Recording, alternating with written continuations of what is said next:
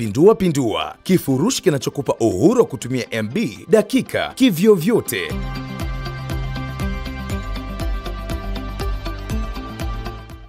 Boko, tuambie unajisikiaje kuwa mshindi na umepambanishwa na wachezaji wenzio na ukaibuka mshindi? Furaha yako, hebu tuambie iko vipi kwa siku ya leo? Kwanza namshukuru Mungu kwa hichi kilichotokea, ni kitu kikubwa kwangu.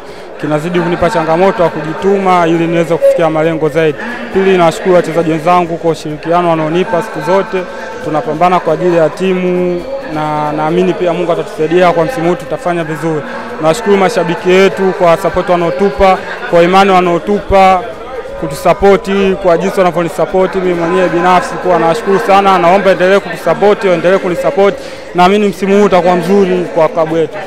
Kwenye mchezo wa leo, wewe dhidi ambao tunaona unakosekana kwenye kikosi na tunafahamu wewe ni mchezaji mojawapo ya tegemezi katika klabu ya Simba hivi sasa, unauonaje mchezo wa leo au unazungumziaje pengo lako kukosekana katika huu mchezo? Mchezo utakuwa ni mgumu, sio rahisi, lakini Simba ni timu kubwa, na isitoshe tunacheza nyumbani, na isitoshe pia tunataka pointi 3.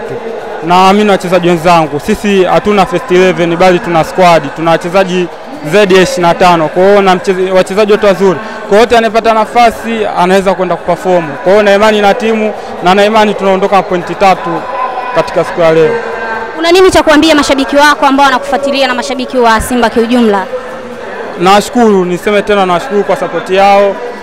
Na naomba endelee kutusapoti kama timu, waendelee kutuamini na naamini msimu huu tutafanya vizuri. Asante sana. Tafadhali endelea kulike, kushare na kucomment katika video zetu, bila kusahau kusubscribe YouTube channel yetu ambayo ni Shutikali TV ili usipitwe na taarifa motomoto za kimichezo.